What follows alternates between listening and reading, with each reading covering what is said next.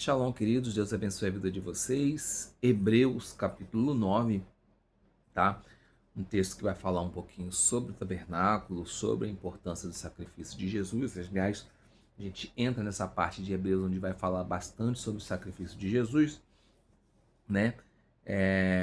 Bom, então o que ele diz aqui? A gente já começa aqui fazendo aí um resuminho, assim, uma frase que determina do começo do capítulo 9 até meado do capítulo 10, a gente vai trazer que o sistema de sacerdócio e sacrifício da nova aliança, no qual Jesus ofereceu por si mesmo, uma só vez, por todas, de maneira a liberar o caminho dos santos, né, por todos, é melhor do que o sistema antigo da, da antiga aliança, né? E efetivamente substitui esse sacrifício. E aí ele vai traçar ali a posição de cada um dos elementos que estão ali dentro do lugar santo e do lugar santíssimo, né? Fala sobre a tenda, sobre o lugar santo e o lugar santíssimo, fala também sobre a menorá, o candelabro, né, de 7 braços, fala ali sobre a primeira cortina e a segunda cortina, né? Segunda cortina que separava o lugar santo do lugar santíssimo. E aí traz algo que pode trazer um pouco de confusão. Porque ele diz, né? Vou ler aqui na minha versão. Ele diz o seguinte, ó. Versículo 4. 4. Onde se encontrava um altar de ouro para queimar incenso, a arca da aliança, totalmente revestida de ouro, né? E aí ele coloca o altar de incenso dentro do lugar santíssimo. E a gente sabe que o altar de incenso ficava fora, né? Ficava bem na entrada. Mas há uma explicação para isso, tá? Então a expressão grega para o relacionamento entre o lugar santíssimo e o altar de incenso não é no qual, mas tendo, isto é, tendo-o associado a si mesmo, assim como a arca ou altar de incenso estava associado ao lugar santíssimo. Então o que isso significa na prática? Quando o autor escreve, ele está fazendo uma associação, porque ele está trazendo o dia em que o sacerdote entrava, uma vez ao ano ele entrava, no dia de Yom Kippur ele entrava lá dentro do lugar santíssimo, tá? E ali ele tinha, inclusive, uma pedrinha lá de carvão, vamos botar assim, do altar, era trazida, então tinha todo um cerimonial. Então ele está fazendo uma conjunção, ele está juntando a Arca da Aliança com o altar de incenso, porque naquele momento, aquela função, né, eles estariam associados, tá? Bom, fala sobre a tampa da arca, fala ali sobre os querubins, tá? Aqui há uma curiosidade muito interessante, tá? Que a tampa da arca era conhecida como assento da misericórdia, tá? Que significa caporetes. Caporetes foi traduzido para a gente como cobertura, propiciação, tá? Onde é que essa palavra ela é novamente descrita no Novo Testamento? Ela é novamente descrita lá em Romanos 3:25, tá? E lá em 3:25 ela também foi traduzida como capará, cobertura, propiciação, tá? Então, o altar de incenso, ou perdão, a tampa da arca, né, o propiciatório, tinha um querubim de um lado, um querubim do outro, e Deus falava ali do meio, tá? Então era conhecida como assento da misericórdia. Por conta disso, tá? Provavelmente o, o autor de Hebreus considerou aí como representação da Shekinah, né, no versículo 5. Porque Deus falava ali do meio, tá? Então, o Tanakh, o Antigo Testamento, ele vai falar ali sobre a frequência da presença de Deus nessa região. Então, 1 Samuel, Isaías 37, Ezequiel 10, Salmo 80, tá? Então, ela faz essa representação. Outra coisa que é interessante é que, pelo fato de a tampa da arca ser chamada também de Assento da Misericórdia, Deus ofereceu Jesus como capará, cobertura, né? É a mesma palavra, tá? Portanto, o assento da misericórdia do tabernáculo, a tampa do propiciatório, prefigurava também o assento da misericórdia eterna, que é Yeshua, que é Jesus Cristo nosso Senhor. Bom, e aí o versículo 7 vai falar ali, né, que apenas uma vez por ano o sumo sacerdote podia entrar ali no lugar santíssimo. Ele tinha que levar o sangue, tá? Esse sangue era de um animal sacrificado, tá? Era uma lembrança de que a morte é uma penalidade do pecado, tá? Isso é importante.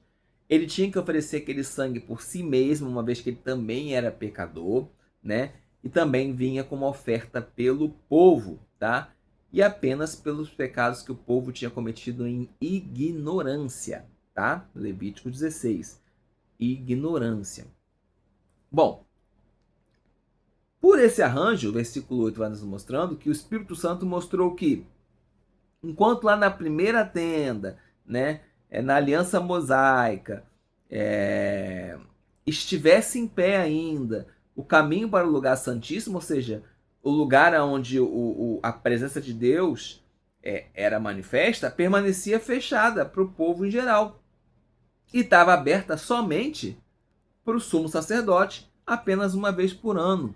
E ele tinha que entrar com sangue. Então, nesse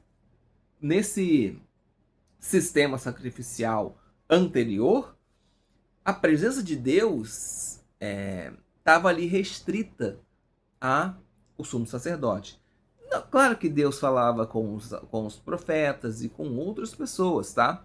Mas entrar na presença dele ali cerimonialmente era algo muito específico para o sumo sacerdote.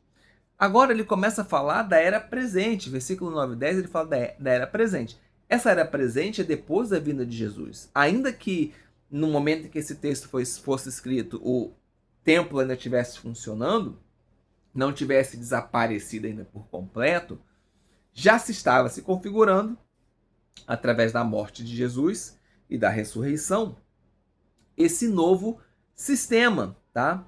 Então o autor ele expressa a perspectiva de que os sacrifícios sacerdócios são de fato necessários, de que as práticas do sistema mosaico foram impostas até o tempo em que Deus reformulasse toda essa estrutura, literalmente até o tempo da reformação, né?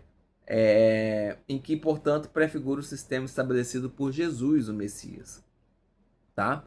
Então, ele vai tratar ali no versículo 11 e 15, né? Depois de ter descrito o sistema de sacerdócio, de sistema de sacrifício da aliança mosaica, né? Ele vai mostrar ali, e de muitas formas, que o sistema da nova aliança e o seu sacerdote e o seu mediador são melhores. Jesus Cristo, nosso Senhor. Então o autor vai citar algumas coisas que são interessantes, ou né, deixar explícito ou implícito alguns pontos importantes. Primeiro, com Jesus chegaram coisas boas que já estavam acontecendo. Com Jesus, o sistema sacrificial que era numa tenda ou num templo, né, agora é melhor. Ele está servindo numa tenda melhor, numa tenda mais perfeita, e essa tenda não foi criada por homens, né? Não é cópia daquelas que foi feita. É original, é que está no céu. Jesus, ao contrário do sacrifício do sumo sacerdócio antigo, ele já entrou no lugar santíssimo. Ele não precisa entrar uma vez por ano, ele já entrou. Ele entrou de uma vez por todas. Ele não precisa ficar entrando, ele já entrou de uma vez por todas. O meio utilizado por Jesus para entrar no lugar santo foi melhor, seu próprio sangue, não de bode, de bezerro, de touros e de cinzas de uma novilha, que a gente já vai tratar sobre essa novilha. Aí as pessoas ficam, como ele falou, lá vem Juliano com a história da novilha vermelha. Né? Jesus não tinha nenhum pecado, então o sacrifício dele foi perfeito, imaculado. Em segundo lugar, o seu sacrifício foi pelo Espírito Eterno, ou seja, foi um sacrifício autorizado pelo próprio Deus, tá?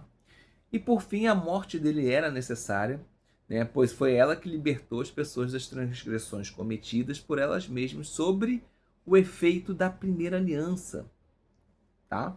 Então, o que a morte, de Jesus realizou foi melhor do que foi realizado pelas mortes de animais, tá?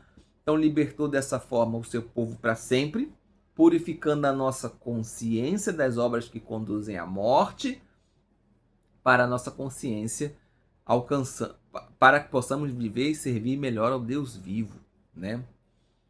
E aí ele fala no versículo 13 que os sacrifícios animais restauravam a pureza exterior, ou seja, santificava só a pureza da carne. E aí ele traz a aspersão, né? As cinzas de uma novilha, ele cita no versículo 3 as cinzas de uma novilha, e ele fala sobre a aspersão. Quem já me conhece sabe muito bem, eu já preguei isso diversas vezes, né?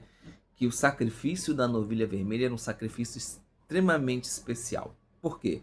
Era um sacrifício lá de uma novilha, tinha que ser perfeita, vermelhinha, né? As cinzas dela, quando o sacerdote tinha que purificar alguém, no momento em que essas cinzas tocassem na pessoa, a pessoa estava pura, mas o sacerdote ficava impuro. Quem tocava nas cinzas ficava impuro. Então é mais ou menos o que Cristo fez. Cristo, ele morreu fora de Jerusalém. Ele morreu do lado de fora. Ele ficou sendo considerado como imundo, como amaldiçoado por uma morte de cruz. Mas por conta da maldição que caiu sobre ele, as pessoas que estavam dentro foram purificadas. As pessoas que aceitaram foram purificadas. Tá? Então, isso tem um peso muito grande, tá? A palavra aspersão aqui ficou-se meio vaga, né? Mas assim, existe explicação, para tudo há explicação, tá? Aqui nós vamos entrar no conceito judaico, tá? Então é vamos dizer, uma teoria, tá bom? Bom, segundo Maimônides, o Kohen Hagadol, o sumo sacerdote, era aspergido com essa água dessa novilha, né, para restaurar a pureza antes de entrar no lugar santíssimo durante o Yom Kippur. Sendo assim, ele apresentava uma explicação para a razão dessas cinzas serem mencionadas aqui.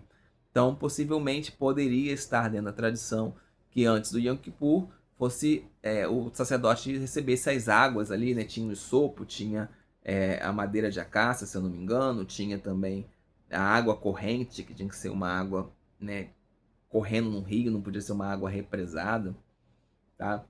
E outra coisa também interessante aqui, a utilização da palavra aspersão e de água aqui, pode ser uma alusão a Ezequiel 36, versículo 16 ao 38. Ezequiel 36, versículo 16 ao 38, é a Haftará, né, que é lida justamente quando tem a Parashá Shabbat Parar, né, que fala sobre a novilha, que é lá em Números 19. Tá? Então, o que é a Haftará? Todos os judeus do mundo, todo sábado, tem uma parte da Torá que eles vão estudar. Nós chamamos de Parashá ou Parashot. Parashá é porção, Parashot é porções.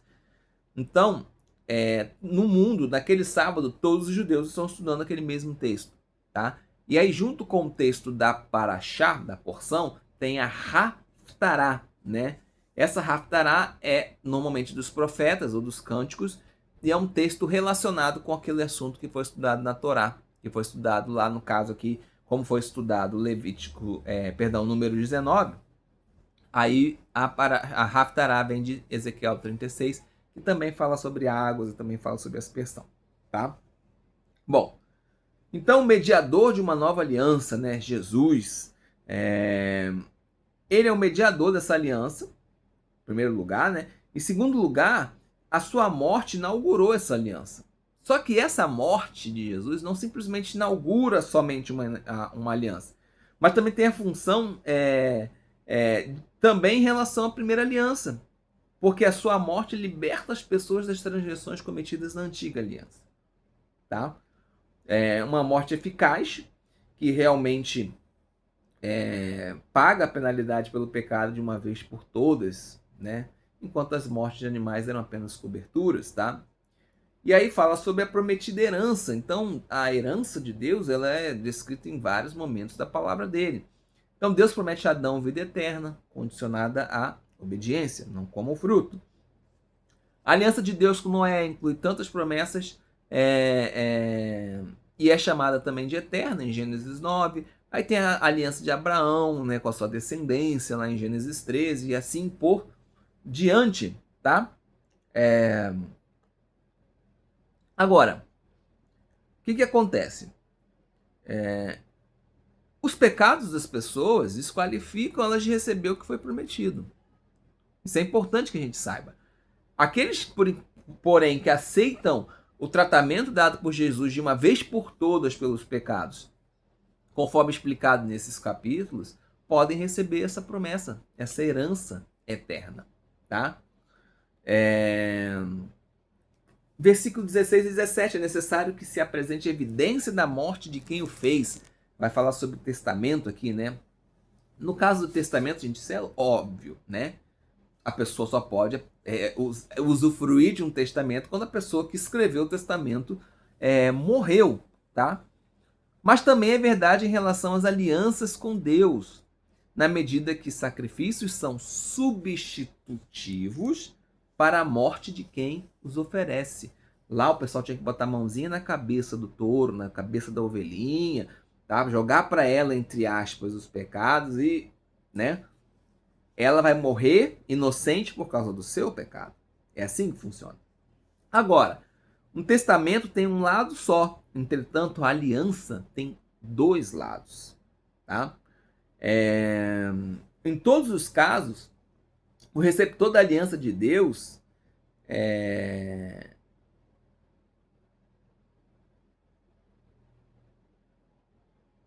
não é Deus que, se você tem uma aliança com dois lados, não é Deus que vai morrer. Quem tem que morrer é você, né? E essa morte, ela é simbólica. Ela é simbólica a partir do momento que tem que ter um sangue derramado por você, que era lá antigamente dos animais. Mas agora esse sangue derramado é o sangue de Cristo, que você tem que tomar posse disso daí, mesmo não sendo merecido, por isso é graça, tá? E isso não significa que você vai simplesmente continuar pecando, a gente tem que mudar de vida. O Espírito Santo, a gente tem que abrir o nosso coração para que o Espírito Santo transforme as nossas vidas, tá? Uma coisa muito interessante aqui é que as alianças, Alexa, ligar luz quarto.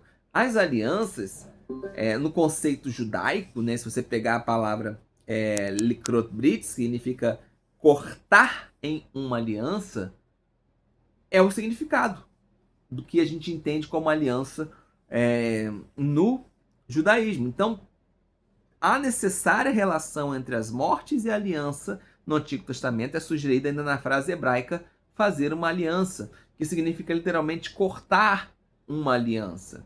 Então, no dia em que Deus fez uma aliança com Abraão e com seus descendentes para eles herdarem a terra, Abraão cortou animais em pedaços e viu uma lâmpada incandescente passando no meio deles, Gênesis 15.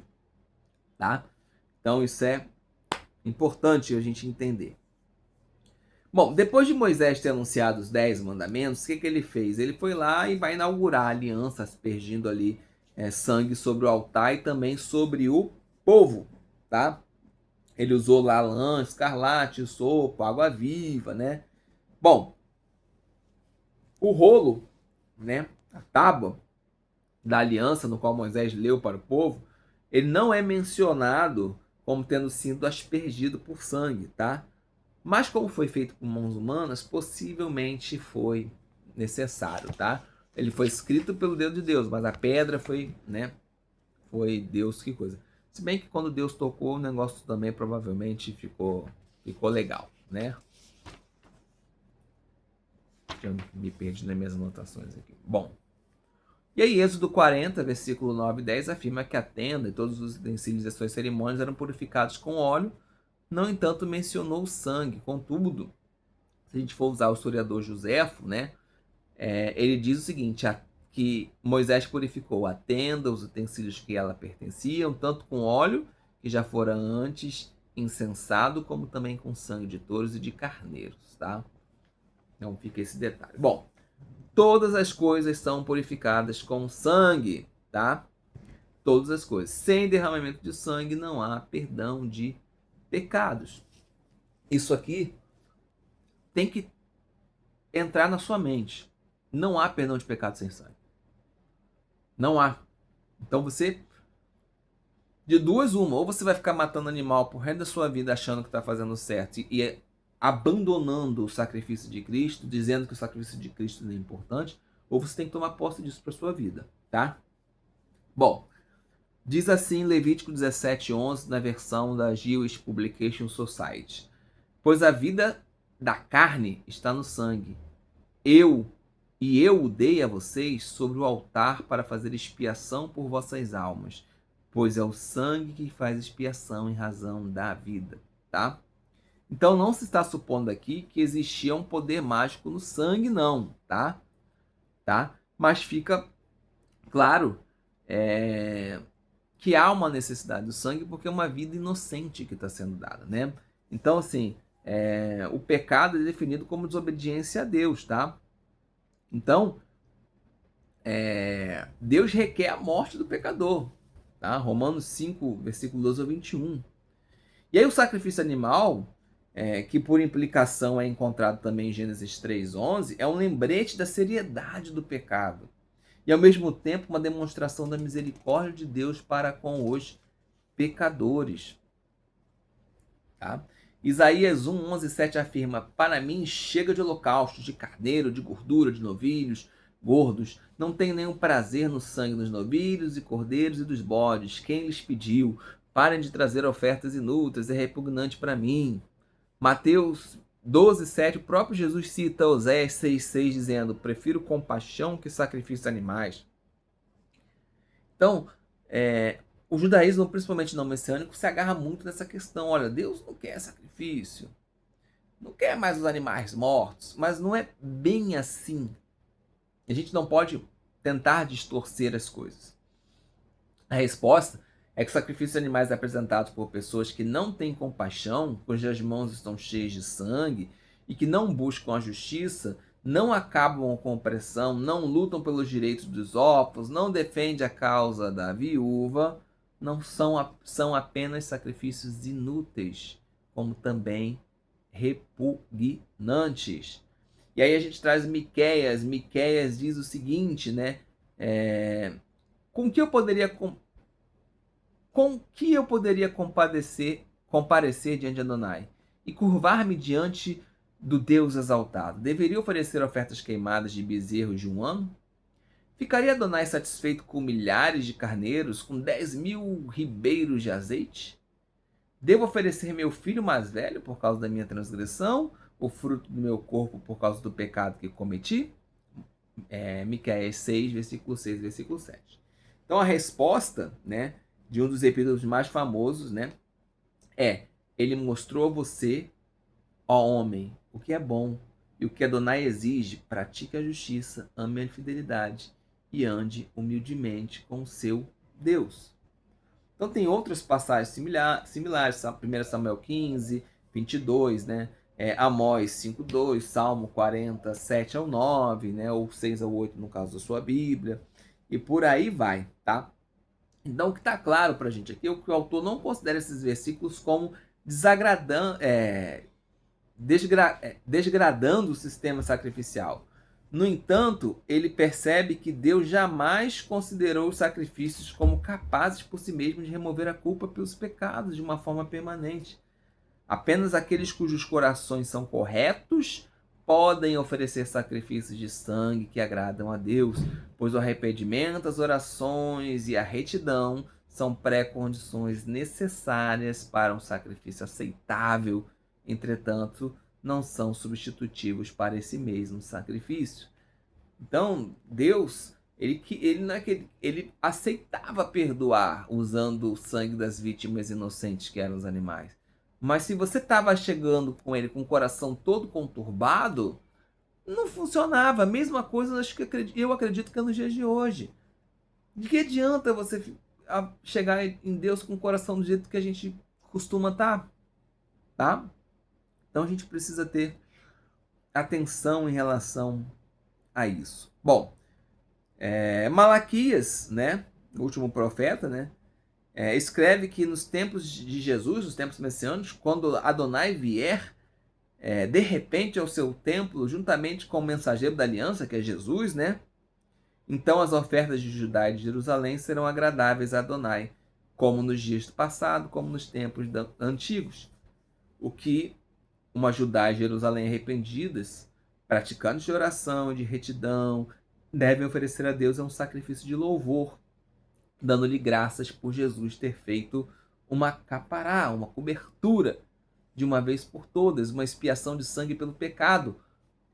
Porque, como diz o presente versículo que nós estamos trabalhando, essas ofertas sacrificiais, em verdade, serão agradáveis a Adonai, como nos dias do passado, como nos dias antigos. Nós estamos tratando do versículo 22. Bom, o versículo 23 diz que as coisas celestiais requerem sacrifícios, tá? As cópias, a cópia, né, do templo, que era impura, precisava, mas lá em cima, maior. E aí, eu trago aqui o The Epistle to the Hebrews, Londres, Adam e Charles Black, de 1964, nos ensina o seguinte: o que o autor quis dizer foi isto: a purificação da consciência dos homens, feita mediante o culto celestial, necessita de um sacrifício melhor para se tornar eficaz do que os sacrifícios que bastavam para o culto terreno, que era só uma cópia celestial. Deus quer mudar aqui, ó, e aqui. Escrever a lei no nosso coração e na nossa mente. Os sacrifícios exteriores eram para a carne, mas não tinham condição de mudar talvez a sua consciência, o seu coração. Agora o sacrifício lá de cima tem esse poder, tá? Tem esse poder.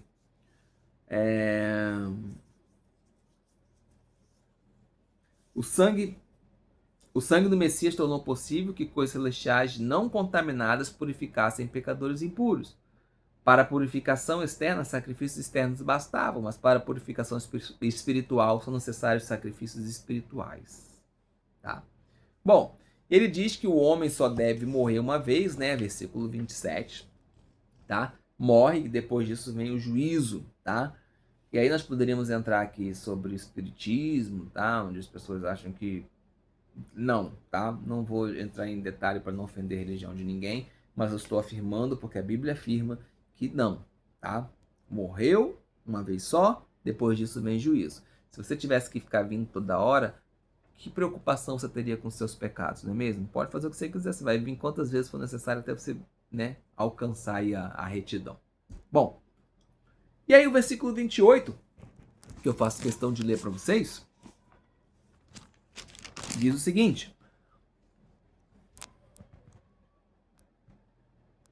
também o Messias, tendo sido oferecido uma única vez pelos pecados de muitos, aparecerá uma segunda vez, não para lidar com o pecado, mas para libertar aqueles que esperam ansiosamente por ele. E aqui se encontra a mais clara declaração na Bíblia sobre a relação entre a primeira e a segunda vinda de Jesus. A primeira vinda dele veio para cumprir a profecia de Isaías 52, versículo 13 até Isaías 53, versículo 12, né, no qual o Messias teria que morrer, uma morte expiatória pelos pecados humanos, seria ressuscitado dos mortos, tá?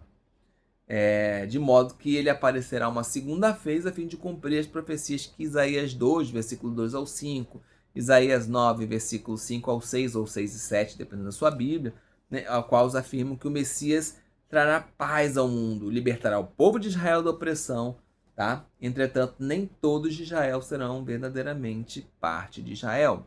Lembrando de Romanos 9, 6, somente aqueles que esperam ansiosamente por Yeshua, pela volta dele, poderão estar certos de que serão libertados.